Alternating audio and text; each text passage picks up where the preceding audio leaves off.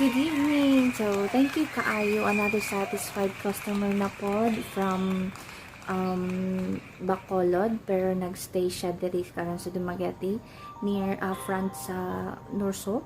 And thank you kaayo sa imuhang pagsalig sa Joyce Aesthetic Salon and Spa, and nalipay ko sa iyang comment na like mabalik daw siya, ganahan daw siya sa Joyce Aesthetic Salon and Spa sa mga services nila ag sa na-experience niya sa Joyce. And thank you guys sa mga comment, and tanawan ninyo ang Joyce Aesthetic Salon and Spa ang result sa iyong buhok.